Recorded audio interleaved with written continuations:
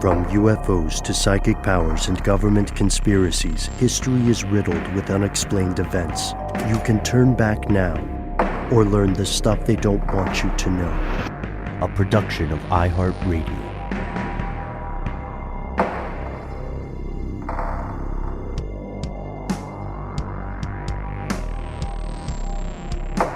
Hello, welcome back to the show. My name is Matt. My name is Noel. They call me Ben. We are joined, as always, with our super producer, Alexis, codename Doc Holiday Jackson. Most importantly, you are here, and that makes this the stuff they don't want you to know. It is the top of the week, which means it is time for some strange news. Before we begin today, I'd like to extend a hearty congratulations to the people of Iceland, who have officially concluded some great results from their recent experimentation with the 4-day work week. It's something a lot of people talk about. It's something that I think a lot of people who have a 5-day work week are big fans of personally. So if you were in Iceland, let us know. Tell us how it's going. Kudos to you. You might be listening to this on your extra day off. Way to make socialism work. Best case scenario is they're listening to it while they're at work for one of those days. There we go. And it's funny because for people outside of the U.S., one of the only times that the average U.S. employee is going to get an abbreviated week is going to be due to a holiday. Like recently, the U.S. Observed July 4th, which is the celebration of the country's independence from the British. And that meant that we all got a Monday off. Well, off, the four of us. Right. Yeah, it's also, it's 4th of July, a.k.a. amateur hour, is what I like to refer to it as. People just don't know how to act, Ben. And specifically in San Diego, apparently there were in California in general, you know how flammable things are there. Just all kinds of horror stories about people being very irresponsible with fireworks. And apparently in the San Diego fireworks display, some error led to all of them going off at once. What was supposed to be like a 30 to 40 minute display, they all just blasted at once, which is probably pretty cool. But then also it's kind of like, okay, that was a little quick, but also kind of scary if you were nearby, I imagine. Yeah. And it gives authoritarians yet another chance to say, see what happens when you have a little bit of freedom. So this is, I mean, it's part of the reason why I don't particularly care for the phrase slippery slope. When you're using it in a figurative sense, every slope is slippery. It's like saying ATM machine or VIN number to imply otherwise. But at this point, we cannot wait to share with you some of the strange stories we encountered when last we spoke, fellow conspiracy realists. We're diving into the world of psychedelics. We're diving into the world of fraud, and we are diving into the troubling future of your dreams. Matt, can you tell by my intonation? I'm kind of spotlighting you. Yeah? Oh, yeah. No, totally. And I'm just thinking about last week, and just as an update for everyone, birds still are not real, at least according to that group. Okay, so thank you for that, man. Of course, we've gotten quite a few messages about that. But yes, Ben, we are heading into the world of dreams. And not just the cool ones, the lucid ones where you do whatever you want. The dreams where advertisements play on a loop, nonstop, for the rest of your dreams. This instantly makes me think of that Black Mirror episode, 20 Million Merits, I think is what it's called, where you have to like pay tokens essentially to shut off the advertisements. Right. Not that happen in your dreams, that just happen in your waking life, but you can't look away. And if you close your eyes, it like, honks at you and forces you to look and finish the ad unless you pay to have it suspended. I'm sorry not to interrupt, but I'm getting serious Black Mirror vibes here, Matt. I'm excited about this one too, Matt, because I think we were both reading about it fairly in depth. I clocked. Sometimes it feels like we share the same strange radar because this is something, this kind of science, before it's like we're seeing the early stages of commercializing it, but this kind of science, I'm sure we'll talk about, has been a goal of a lot of research institutions, government and private, for some time. It's just kind of like the story with cloud seeding. it's not yet as sophisticated or as targeted as people would like it to be. But that may change pretty soon, huh? Yes. And we are not in Black Mirror territory as of this moment, but what we're going to discuss is a slope which is inherently slippery. There it is. Just by its very nature. Okay, so we're going to begin with a story here out of The Guardian titled Nightmare Scenario. Scenario, if you're nasty. Jesus. Oh, keep it. Alarm as advertisers seek to plug into our dreams. And here are just the first few paragraphs. When brewing giant Coors launched a new advertising campaign earlier this year, the format came as a surprise to many. The company was planning to infiltrate people's dreams to get them to buy and presumably drink Coors beer. By the way, pulling myself out of the article here, I am a fan of Coors. It really does go down easy when it comes to drinkable beers. Coors is one of those beers that, it gets a hard time by some folks who might consider themselves cicerones, which is the beer equivalent of a sommelier for wine. I didn't know that word, Ben. Yeah. But it's I feel like if you're paying and you're being responsible, then drink what you want.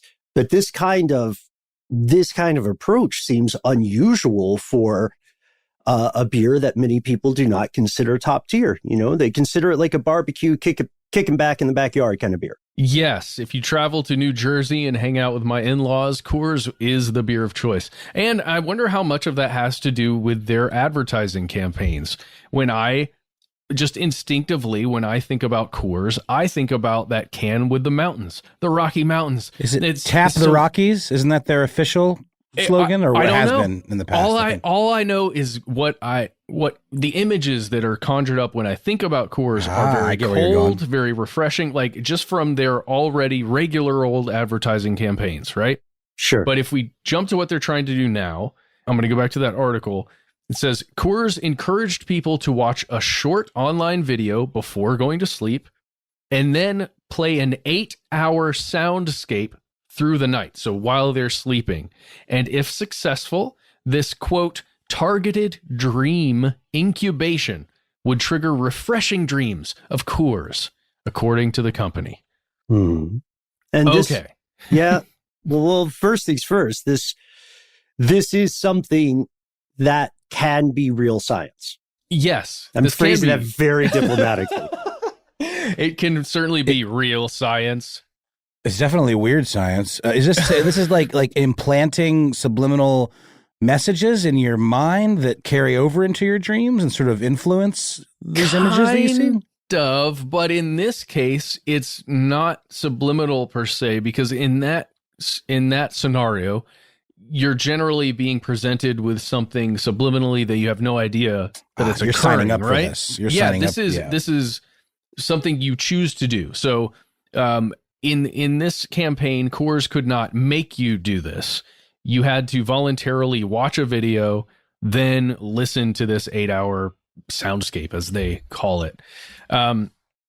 It's really interesting stuff. And they did this in January of this year alongside the Super Bowl, rather than, paying for this giant commercial, which they couldn't do because this other beer company kind of has the lock on Super Bowl beer commercials. You talking Natty Ice? No, yeah, it was probably Natty Ice. Yeah. Is it the one with the horses? It's the one with the horses, right? Pabst Blue Ribbon, yes. Sure. And hey, that's an award-winning beer, you guys. Sorry for everybody who doesn't drink beer or is too young to. Oh, they're all enjoyed it. Beer is such a silly concept to begin with. But like the names, the histories, that's a whole nother show itself. But what you're talking about is kind of leveraging those pre-existing associations, right? Like the sensation of hot or cold, right? The taste, which some people enjoy, some people hate.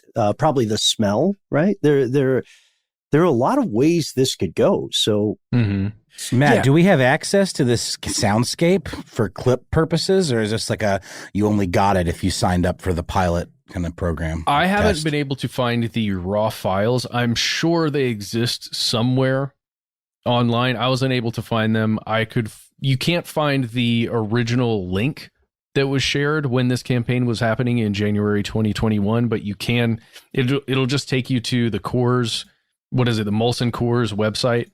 And yeah, the Molson Coors website will tell you about it. And they've got some videos of how they did this whole thing and parts of the video, but I haven't been able to find that soundscape. Let me know if you guys happen upon it somewhere. Yeah, I was looking for it too. There's, I'm probably gonna keep digging after we record today, because I'm very much interested in this sort of science, but also, in an advertising way, this is a bit of asymmetrical warfare, isn't it? If the beer that historically gets those Super Bowl spots, if they could be considered like the US or something, then this is the equivalent of saying, why build an aircraft carrier when we can build something that blows up an aircraft carrier much less expensively? But Matt, this is not occurring without pushback from experts, isn't that right? Yeah, there is an open letter that you can read by Robert Strickgold, Antonio Zadra, and AJH Haar, Haar. You can find this. Just search for "Advertising in Dreams is Coming, Now What?" You'll be able to find that. I found it on I think a public server somewhere that had this. And in here, you are seeing pushback from a lot of different groups and people just saying, hey, maybe we shouldn't advertise to people while they're sleeping. And they call this thing a massive slope, because Coors isn't the first group or company to try this stuff. When Xbox X Series was coming out, they tried to do the same thing. They actually ran and again, it's associated with marketing campaigns. It's like a marketing campaign. It's like Matryoshka dolls of marketing, where it's marketing inside a marketing campaign, where they were boasting they could get gamers to dream in Xbox games, essentially, or to dream of Xbox games. So you can find this, by the way, if you head on over to, I found it on thedrum.com, but there are a couple other places you can find this. It's a marketing campaign made with the McCann World Group company. They got a bunch of gamers, attached these really interesting looking devices to their foreheads, had them play the new Xbox X Series for a long time, then had them go to sleep with this thing attached, and they would communicate with the gamer as they were sleeping. So right as they got into REM sleep, they would pull them out by saying, oh, tell me about what you're seeing, what you're dreaming about right now. They would describe it. Like Dolly with the spoon, right? Yes. Yeah. One of the people was dreaming about using a power called stasis that's featured in one of the I think it's Destiny 2 has this power called stasis, and he was running away from monsters and then realized that he could use stasis and helped he and his friends escape. Another person was imagining Master Chief DJing at a club. It was just it's interesting stuff. It becomes this big marketing campaign for Xbox and how great it is and how much the gamers love it, the people who played this new system. Yeah. There's a really interesting point that's made in the open letter that you described, Matt. I'll just read part of it. It says, our dreams cannot become just another playground for corporate advertisers. Regardless of Coors' intent, their actions set the stage for a corporate assault of our very sense of who we are. And it's not difficult to imagine Coors' ad campaign negatively impacting abstinent alcoholics. And they go on to talk about how people that dream about a drug or something that they once struggled with addiction of are much more likely to have cravings. And then it could be a very, again, slope keeps coming up, but it is, especially for things like alcohol or cigarettes. Or underage drinking. That's another thing it's a huge problem with the technology, or, not specifically the technology, but the application of this technology. Like if they were just saying, if they were just doing something like, this is a public campaign to get in your dreams about the importance of using turn signals and taking shopping carts back to the place where you're supposed to drop the shopping cart off. Don't be a monster. That's something everyone could get behind, right? But this could be problematic for some people, folks in recovery. And it doesn't just have to be alcohol, folks in general in recovery from some substance abuse. Still, forward the future, Matt. Yeah, well, right. Because I would love it if I could play Cyberpunk in my dreams, right? God, I would love that. That would be so much fun. All the glitches would be gone. Everything, the frame rate would be perfect. And I'd still get to do the fun quests. But look up Burger King, Nightmare King. That was another situation where a company was trying to use dreaming about a product to their benefit through a marketing campaign. Last thing, one of the big scary parts of this is the fact that a lot of us have those little spies that we keep in our houses, not just the ones in our pockets with our phones. But children. Oh yeah, those two. Currently not accessible by most marketing companies to say things at will. But your Google Homes and your Alexas and all that, there is a future potential where a company could trick you into signing up for something where certain things play while you're sleeping, because so many people are wearing those watches that monitor our sleep. Even our phones sometimes can do that. If your network knows you're asleep and you're going through REM sleep, something could be triggered to play on one of your devices where you're getting subliminal or non-subliminal advertising while you're sleeping in the future. It would require an opt-in, but it could be one of those things that maybe you don't even know that you have to, and it really requires an opt-out. Or if you sign up for the service, you're going to get a certain discount. Exactly. Right? I mean, that's how it'll happen. That's generally the way I'm thinking about this. Anyway, you can look all of this stuff up right now. Check it out. That Guardian article, one more time, is titled Nightmare Scenario, Alarm as Advertisers Seek to Plug into Our Dreams. Look it up, read about it, and prepare your dreams for these advertisers. Uh-oh. There it is.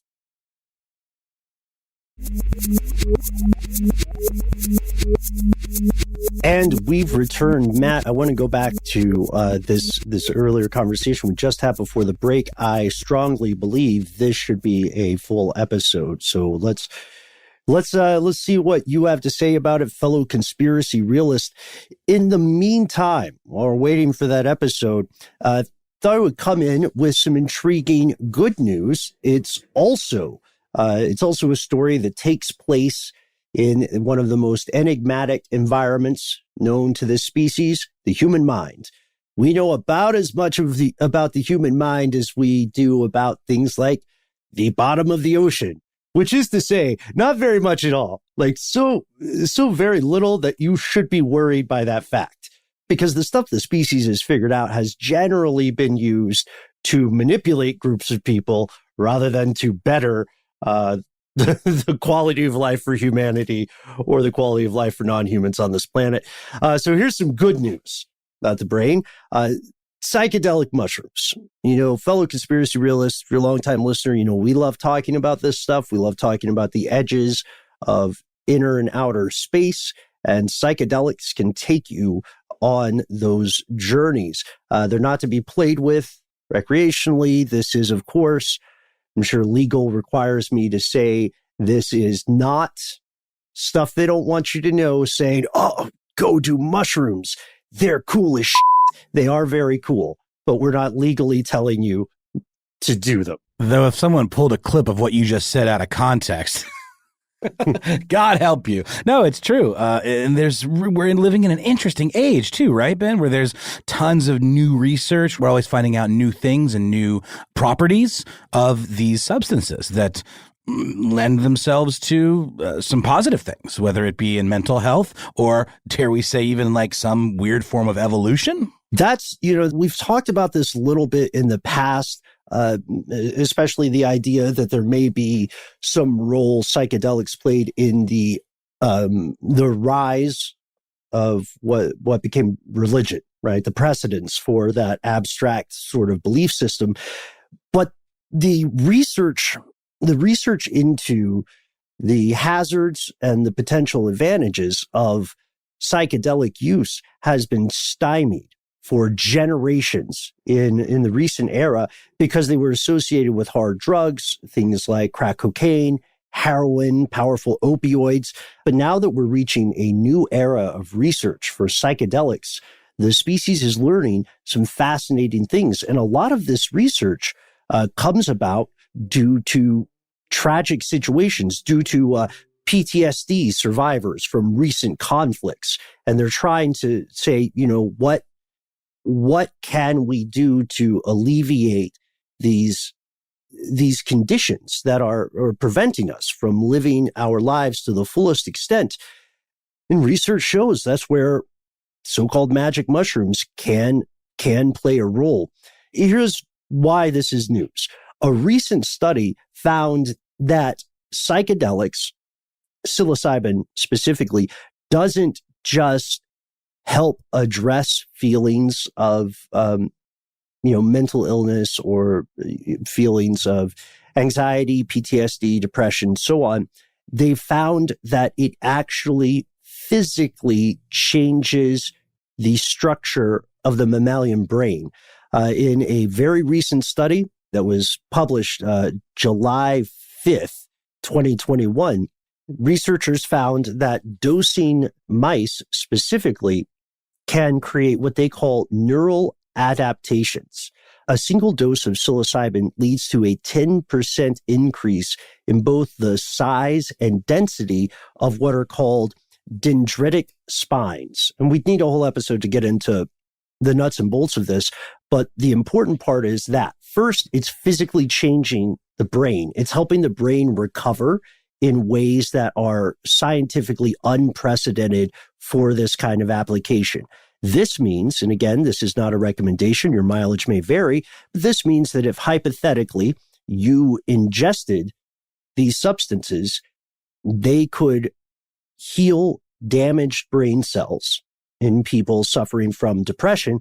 The second thing is that this is a lasting solution. The study, which is again published in Neuron, finds that this, what they call structural remodeling, occurs within 24 hours. So it happens very quickly after you take a dose of a hallucinogen.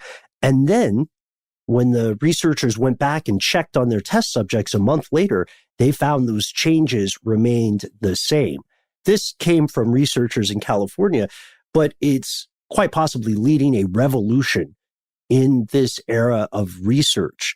It turns out that maybe those this is your brain on drugs ads, with the egg and the frying pan, it turns out that maybe they were onto something, but in some cases, it might be a good thing. This is stimulating the growth of new branches and connections between brain cells. That means it might not just help address things like chronic depression, which is incredibly dangerous, but it could help ameliorate the symptoms of addiction. So people have suspected this for a while, but have you guys heard of research like this? I was surprised. I thought maybe it was just a pop sci headline, but it's legit.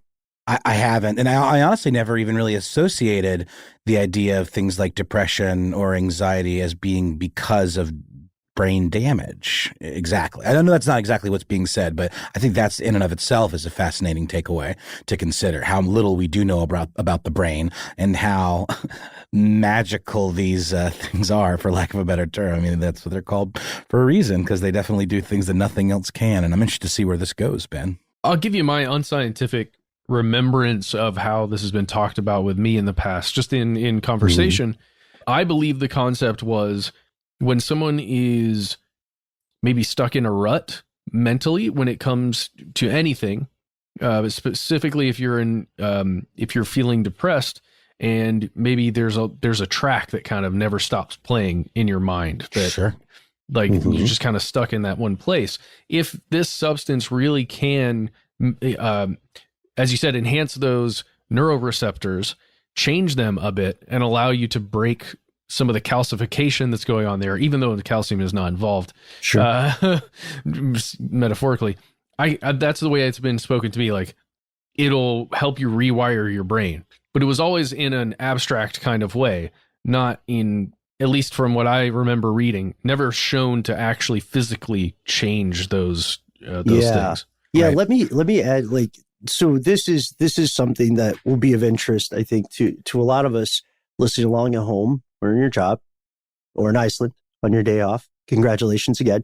Types of depression can affect your brain physically in detrimental ways, according to the lead researcher of this latest study, Dr. David Olson. He says, quote, one of the hallmarks of depression is that the neurites in the prefrontal cortex, a key brain region that regulates emotion, mood, and anxiety, those neurites tend to shrivel up because, the brain functions in many ways like a muscle. And then, you can see some of these changes in cases of addiction, PTSD, and so on. So it's astonishing to realize. We talked about this a little bit in an episode we did a long time ago, Mind Over Matter. Right? Like you see the studies of certain monks or holy ascetics, right? And they have meditated so long that the parts of their brain that are associated with empathy and compassion are physically larger and denser than those of the average person. And if that sounds like too much of a woo-woo explanation, folks, then consider also the famous black cab drivers of the United Kingdom. They have to take this monstrous test called the knowledge, and it teaches them how to, basically they memorize London in various what-if scenarios, and they can't use a GPS or anything. And after those folks have been driving for a number of years, the parts of their brain, I believe the hippocampus and a couple of other spots, the part associated with memory and spatial reasoning is also physically larger. Your thoughts shape the organ that, well, your brain calls itself, I guess is the best way to put it. And so with this in mind, we have to wonder, are we in the modern world, like how much does the stigma of this sort of experimentation, how much good does it actually do? Right? As we record, the majority of psychedelic substances that people would commonly associate with the phrase psychedelic, they're illegal in the US. If you are someone suffering from depression or PTSD, or maybe say you're a veteran or you've survived some horrific experience or trauma, and then you get busted by the police and you've been doing LSD or magic mushrooms, you're in possession of something like that, then odds are the authorities are not going to say, hey, I read a pretty good article in Cell earlier that said this might be a great way to help you get you back on the track to mental wellness. Apologies, sir. Please enjoy your rave. No, Man, keep increasing the density of those dendrites. Mm-hmm. Yeah, they won't, because it's because in the eyes of the law, you are committing a crime. And, of course, the legislation always lags behind the technology. But I know, guys, we've got a lot of people in the audience today who have probably had a similar experience. And it's one that, maybe felt like it was relegated to the realm of anecdote forever. But now science is backing you up. If you've had an experience like this, I think that's profound. I also don't think it's the same thing as saying, hey, everybody, if you're ever feeling a little bit down, go trip. That's terrible advice. Scene and setting play a huge role in this. The study I found is well worth the read if you have the time. It is a little bit dry because it's, it is an academic journal, but the revelations are fascinating and worthwhile. Note, of course, important caveat, this was done on mice. So there hasn't been an experiment of this sort replicated on human beings or other animals, but it would be interesting, especially, I'm just spitballing here, especially if we give it to some octopuses, maybe some corvids. No. See what happens. No. Well, like the octopus certainly enjoy doing MDMA. There was an observation on that. You heard about that, right? I did not. Noel, did you hear about that one? No, I haven't yet. No. Extopuses? Oh, God. Well, we'll keep it close here because we're gonna wrap. But I do want everybody to check this out. This is a legit story too. You can find it in outlets like NPR and so on. there was a study that gave octopuses ecstasy. And ecstasy in human beings is known for encouraging like cuddly, warm feelings, and people feel extra lovey-dovey, et cetera, everything's going to be okay. They found that when you give this to an octopus, a creature that's almost completely antisocial for most of its life, except when it's mating, what they found is that they do a 180. They do an emotional social 180. They want to hang out with other octopuses. They even like hug them, just like they're both in their hallucinogenic cups at a party. And this is profound because up until this discovery, scientists who studied octopuses usually had to put them in separate housing, right? Separate aquariums or whatever, so that they wouldn't kill or eat each other. So they went from like a Mad Max Highlander, there can only be one cannibalism situation, to being like, oh my God, the colors, right? And they can communicate through chromatophores. I don't know. It's a brave new world. So what happened when they played the octopus's MGMT? Like, how did they react to that? That is an excellent question, Matt. I believe the research is still out, though it does appear, don't quote me on this, I'll dig into it, but there is I want to say there was compelling research about octopus's musical preference. But I can't remember what that is.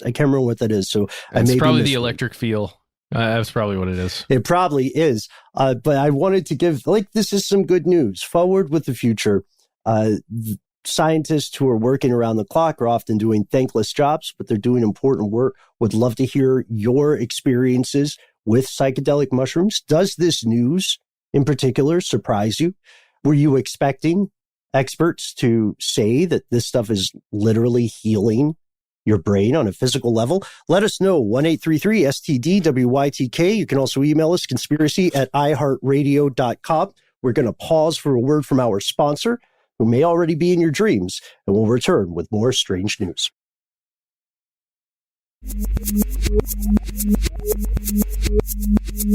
And we're back with today's last strange news segment. I think we've got this in the works, but we've briefly talked about, on strange news, the situation with John McAfee, the impresario of antiviral software that went on to become something of a globe-trotting, sex freak among gun toter, just all around odd guy. Very problematic, some very troubling allegations about this gentleman and his life, one of which that happened right before he allegedly committed suicide was that he was doing something called Pump and Dump, where he would take to social media and Twitter, and I think that was his platform of choice, and attempt to inflate the value of certain crypto coins that are referred to as altcoins, meaning that they're not the mainstream big dogs of the cryptosphere, being things like Ether, Bitcoin, Binance Coin, some more kind of tried and true coins that have backing behind them, not only in terms of the volume, but also in terms of like the code behind them, the use of them for purposes beyond just kind of having a clever name and a logo associated with it. And so now altcoins would be things like Dogecoin, that obviously did get some life when folks like Elon Musk kind of made it their pet project. That's the issue with crypto, is that it is very volatile and it can be very subject to the whims of influencers. So today we're talking about a new scandal involving some esports influencers, a group that I'd never heard of, but I'm sure that, either listeners out there and possibly your kids will have heard of, a Los Angeles-based esports group or organization called FaZe Clan. Essentially, it's like a group of, I think it's almost exclusively men. I only know a handful of them, the members who are involved in today's story, but they, play things like Fortnite competitively, and they all each individually are big YouTubers with, millions of followers on Twitter and of course YouTube. several members of they all have names too, like sort of like how Wu-Tang Clan members all have like kind of names that are like sort of related. Each of the members of the FaZe clan, their names begin with the word FaZe, and it's spelled F-A-Z-E. So several members of FaZe clan. We've got FaZe K, FaZe Jarvis, FaZe Nikon, and FaZe Teeko, T-E-E-Q-O, are all allegedly involved in a very egregious pump and dump scam involving an altcoin with the name Kids, K-I-D-S. And why do you think that is? Well, supposedly this coin, called long form Save the Kids, is a charity coin. Token, rather. And this is not like the kind of coin that you buy on like a regular crypto exchange. This is what is called a DeFi project, which stands for decentralized finance. So it's essentially these projects that DeFi is, I mean, forgive me if I'm oversimplifying for any crypto people out there, but DeFi is essentially a way of creating investment opportunities and projects that have some of the same types of mechanisms as traditional banking or, financial exchanges do, but it's completely decentralized and peer-to-peer. To my understanding, that's what it means. There are tons of them.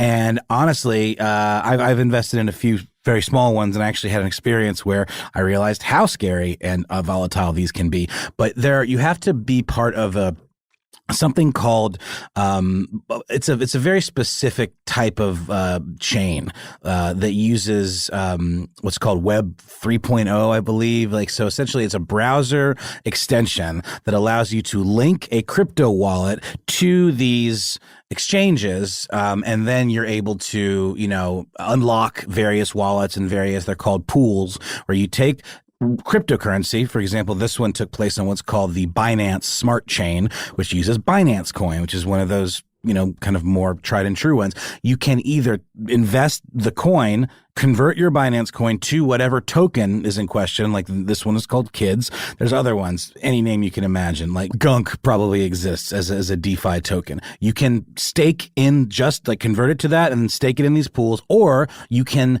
basically do what's called pairing, where you pair your regular crypto to that token, and then they're sort of linked together. So when one fails, if like the token fails, you haven't lost everything.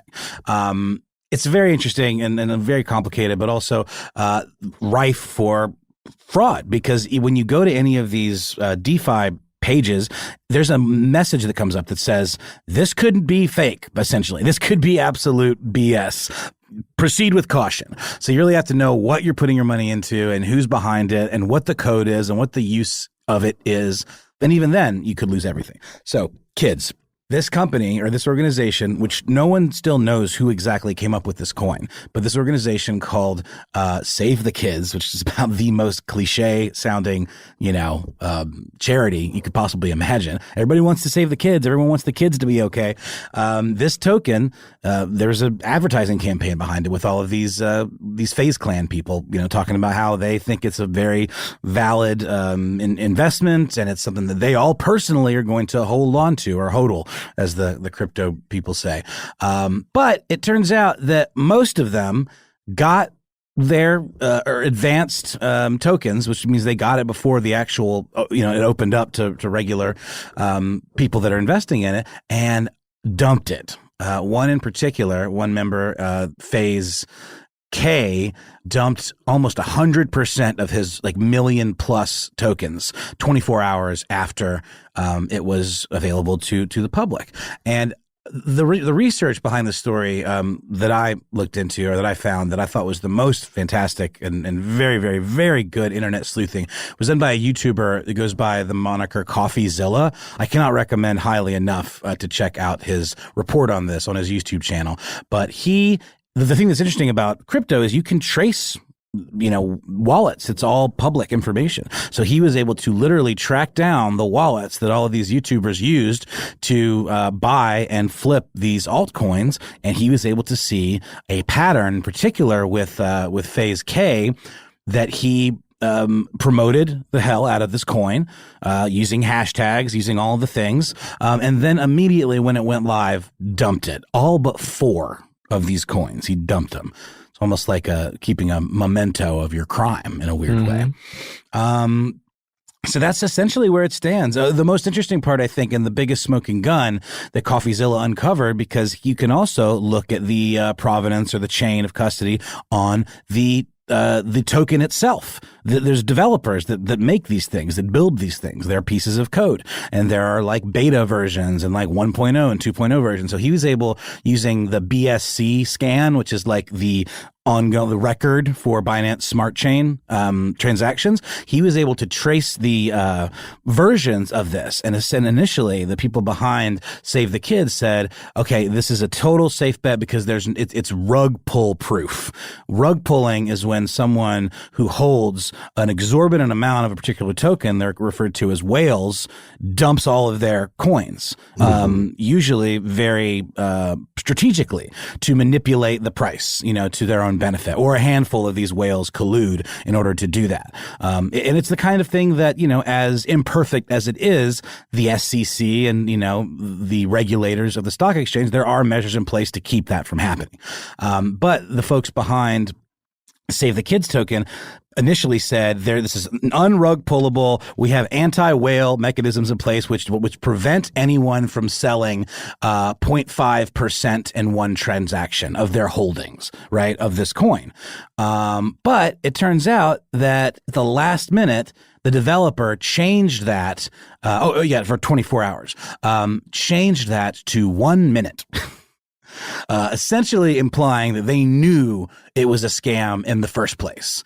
And again, CoffeeZilla reached out to a lot of the members of this group and to the actual guy that developed the token, and got some really fascinating, just really, really excellent investigative journalism from this YouTuber.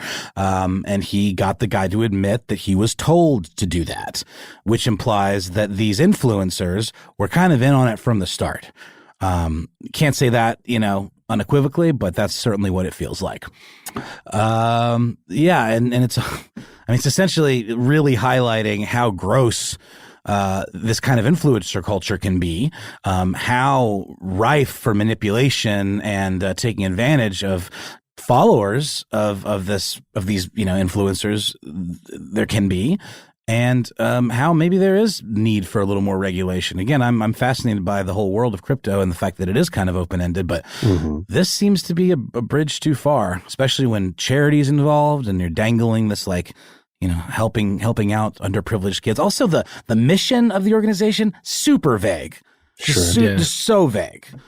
Like what? Okay, which organizations is this going to? Which kids are you saving? It was very unclear. So, well, it's interesting too because I think FaZe K, who is the one on the most extreme end of the spectrum, he's the one who got kicked out of FaZe Clan. He really took pains to try to distance himself from being associated with a pump and dump scheme, like you said at the top, that McAfee had been accused of. But this is tough for him to walk back because, one of his defenses is, I love this space, my wallet's public, et cetera, but you can't, that doesn't address the timeline, right? Like it goes public, the initial public offering happens, and then within moments, they've gotten rid of all but 4 of these coins after arguably purposefully inflating their value. Right. So the question then becomes a little bit tougher to prove. Is it intention? You know what I mean? Are we to believe that someone genuinely said, hey, I'm just learning about a really new space. I think it's complicated, but I messed up and I didn't mean to screw anyone over. Is it plain dumb? That's the question, I think. Well, with him, what CoffeeZilla uncovered, through, again, tracing these transactions are all public, and he figured out whose wallet was whose. The other members of FaZe Clan, their behavior was much less egregious and showed much less nefarious intent. Because in general, this happens a lot, where like an altcoin will pay like an influencer, say, to pump up their to promote this project. So if you don't really believe in it and you're just doing it to collect the free tokens, make no mistake, they're getting these for free. Sure. Initially as their payment. that's the only way they're going to cash in is if they sell them. Right. And these projects can turn on a dime, guys. Like it's crazy. Again, I've only done a couple, but I had one where, it was trading at like a couple bucks. And then next day, because I was very a noob at this, next day I looked at it and it was less than a cent, and thankfully I was not in it much at all. But these projects can really go south, especially if there isn't that anti-whale protection. And the fact that they advertised it as unrug pullable, total anti-whale, protections in place. And then literally changed it right before going public to 1 minute time limit for selling. So not even a percentage, apparently, based on FaZe K's behavior, as much of it as he wanted. But some of the other members who were not kicked out of FaZe Clan, who were just suspended, 3 of them, right? You can look at their history, their transaction history, and they're much more likely to have been holding some of these projects. So it seems that in the past, they were more in it because they did believe in it, to your point, Ben. But it seems like FaZe K's patterns were much more overall. He's in it for himself, and he's in it to pump and dump. And a lot of these, it needs to be said that a lot of the members of FaZe Clan and a ton of the followers are themselves quite young.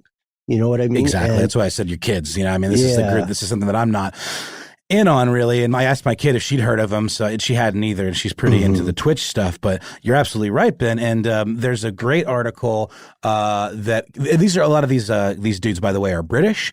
FaZe K absolutely is, and there's a really great article from esportsnews.co.uk that has a quote from SEC Chairman Gary Gensler, who obviously is a proponent of regulating the crypto markets. And he said of this type of situation, quote, we need tighter restrictions, penalties, and disclaimers put in place to better protect young, impressionable people out there that might take their favorite influencers' words as gospel.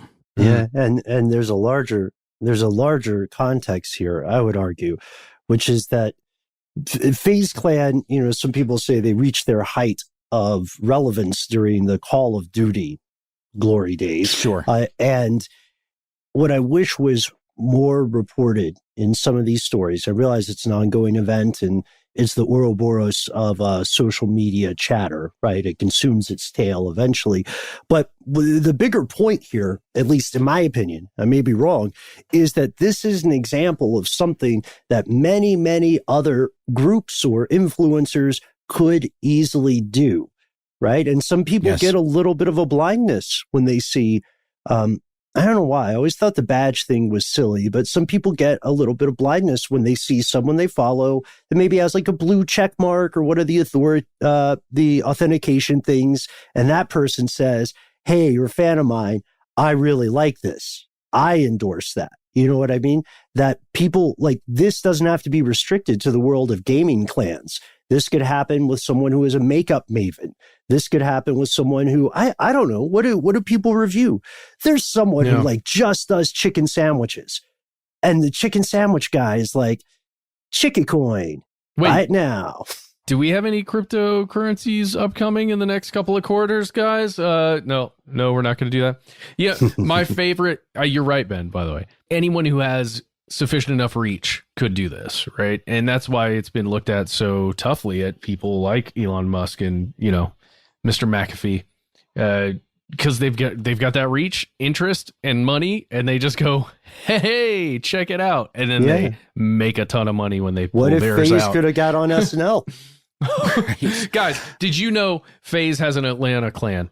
Mm-hmm. Or does it really? A sub clan, yes, and they are badasses at Call of Duty. So, tell me more about this situation. Like, how many people are we talking? When I hear FaZe Clan again, I think of like a rap group, and there's like 10 guys total. But this is a very large organization, little subgroups, kind of. Okay, so forgive me, FaZe Clan fellow people who out there, if you're listening, but my understanding is that the Atlanta group is only like 3 to 5, maybe 4 people. And they specialize in Call of Duty. So they live and die Call of Duty all day long. They win tournaments playing Call of Duty. I remember seeing something about them winning They won something pretty recently. I remember hearing about this. Mm-hmm. But then there are others that just play, Lord, I'm blanking on all the other things like FIFA. Some people Fortnite only play PUBG, yeah, or Fortnite or those kind of things. But then you'll have smaller crews who just do that. Some people are just content creators who are members of FaZe Clan. So influencers. Not that the pro gamers aren't probably influencers in their own right. Some people are more the video creators, and that's what they specialize in. Sure. But hey, if you're out there, Atlanta FaZe, hit us up. I'd love to chat with somebody about what that's like to live your life right now, being a pro gamer. Or Also, a competitive eater. I'm just going to throw that out. If you know Sonia the Black Widow Thomas, or you know Kobayashi, or if you listen to the show and you're one of those people, or if you've just been in Nate's hot dog contest. Dude, Atlanta FaZe eats noobs like Black Widow eats Nathan's hot dogs. 37, 12 minutes. The stats. I'm getting us derailed. No, we're there, guys. I mean, there just to sew it up. FaZe Clan, proper issued a statement. We have made the decision to remove K from FaZe Clan and have suspended Jarvis, Nikan, and Tico until further notice. FaZe Clan has absolutely no involvement with our members' activity in the cryptocurrency space, and we strongly condemn their recent behavior. The trust and respect of our fans has been and will always be our number one priority. So there you go. And just so you understand fully, I think we said this along the way, but I mean, this project, this token, it absolutely crumbled, right? It started off, and this is like very similar to like Doge, right? These are fractions of, or a couple of cents, right, per share. That's why we're talking about dealing in volumes of millions. And I think at the end of the day, FaZe K made around 30 grand American off of this deal. Probably not worth all of the he's having to eat now, I would argue. And so it started off at an all-time high of 0.0044 on June 10th. And then after that sell-off, it absolutely tanked the token and went down to 0.0011. And at the time of this piece in cryptoslate.com by Liam Frost, it was worth 0.0013. So essentially worthless. And it's an ongoing story. So there are going to be more updates to follow, not just on the saga of FaZe Clan, but on the ethics of crypto in general. We're also going to learn more about ads in our dreams. And who knows, at some point, a doctor near you may prescribe magic mushrooms. Which I said at some point. Again, we're not legally saying do that. But we want to hear from you folks because we're touching on some personal things. We're touching on some ongoing things. This show, as we always say, does not happen without you. And we cannot wait to hear you chime in on the conversation. We try to make it easy to find us online. That's right. You can find us on Twitter, Facebook, and YouTube at Conspiracy Stuff. You can find us on Instagram at Conspiracy Stuff Show. You can find our phone number. As Ben mentioned earlier, it is 1-833-STDWYTK. You can leave us a message if you wish. We would love to hear from you. Please let us know what you'd like for us to refer to you as and whether or not we can use your message on the air. That's really all you need to know. You have 3 minutes, so use that time wisely. If you want to say more than you think can fit into that 3 minutes, we highly recommend you use our good old-fashioned email address. We are conspiracy@iHeartRadio.com.